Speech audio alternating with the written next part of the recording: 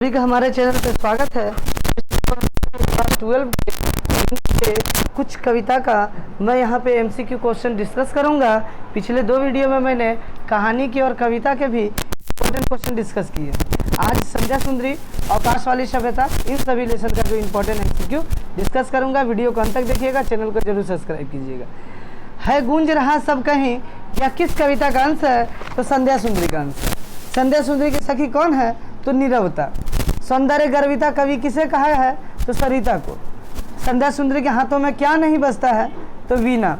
नहीं बजती उसके हाथों में कोई वीणा। किसके हाथों में वीणा नहीं बजती है? तो संध्या सुंदरी। संध्या सुंदरी की तुलना कवि ने किससे की है? तो सुंदर परी से। किसके कंधे पर हाथ डाले संध्या सुंदरी आ रही है? तो नीरवता के। हृदय राज्य की रानी किसे कहा गया है? संध्या सुंदरी को। अलस्ता और कोमलता की कली किसे कहा गया है? संध्या सुंदरी को। संध्या सुंदरी किस पथ से चलती है? अंबर पथ से। किसके दोनों अधर मधुर हैं? तो संध्या सुंदरी के। संध्या सुंदरी में संध्या का किया गया है क्या? तो मानवीयकरण। छासी अंबर पथ से चली पंक्ति किसके लिए प्रयुक्त हुई है? तो संध्या के लिए। सूर्यकांत त्रिपाठी निराला का जन्म किस प्रदेश में हुआ? तो ये पश्चिम बंगाल। संध्या सुंदरी का कवि है सूर्यकांत त्रिपाठी निराला। कवि कंठ से कौन सा राग निकलता है? तो विहाग। संध्या सुंदरी कहाँ से उतर रही है? मेघमय आकाश से। संध्या बेला में आसमान की स्थिति कैसी है? मेघमय है।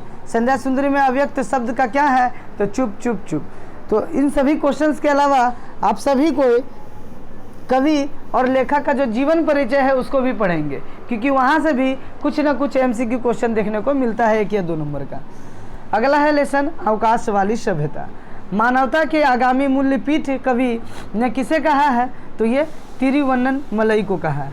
जिनकी रोशनी भविष्य तक जाती है, सितारों की। जिनकी रोशनी भविष्य तक जाती है, कवि जी का पूरा नाम है रामधारी है। यंत्रों से यानी मशीनों से। किस उद्योग से संबंधित है? तो वस्त्र उद्योग से यानी कपड़ा उद्योग से। मगर भारत भारत रहेगा किस कवि की रचना है? तो दिनकर जी की। अवकाश वाली सभ्यता किस कवि की रचना है?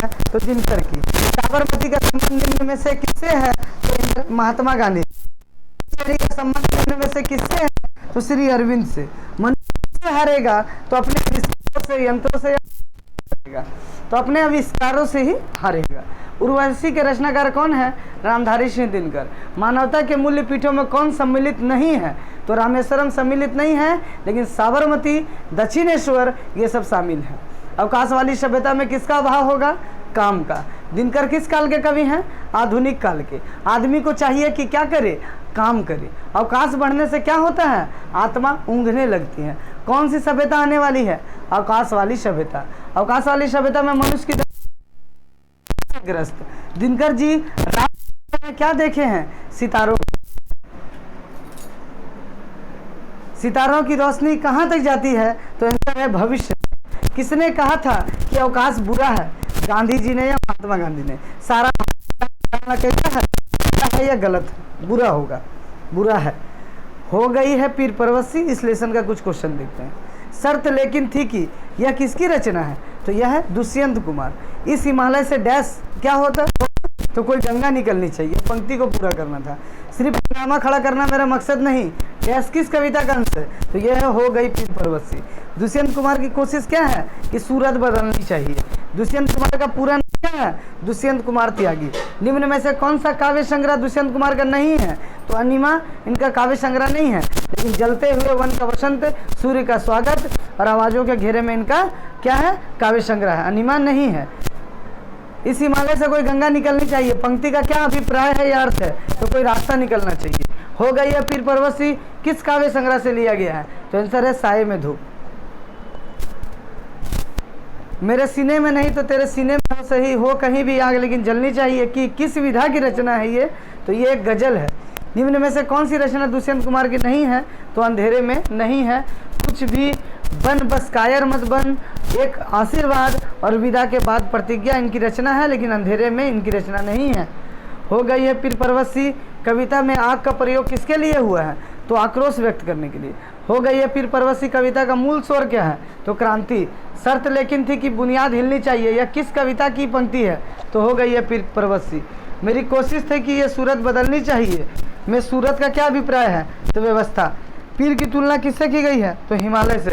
मत कहो आकाश में कोहरा घना है, किसकी रचना है? दुष्यंत कुमार की। तो ये थे सभी कविता से जितने आने वाले इंपॉर्टेंट क्वेश्चन हैं। मैंने अभी तक के अपने वीडियो में कहानी के 6 नंबर के लिए और कविता के 6 नंबर के लिए 12 नंबर के लिए MCQ क्वेश्चन का डिस्कशन कर दिया है। अगर आपने वो वीडियो नहीं देखा तो हमारे चैनल पर जाके देख सकते हैं। इसी तरह से हिंदी, इंग्लिश सभी सब्जेक्ट का आप लोगों को इंपॉर्टेंट क्वेश्चन और वीडियो जो है शॉर्ट और लॉन्ग क्वेश्चन का जरूर मिलेगा। तो चैनल को सब्सक्राइब करें, शेयर करें। धन्यवाद।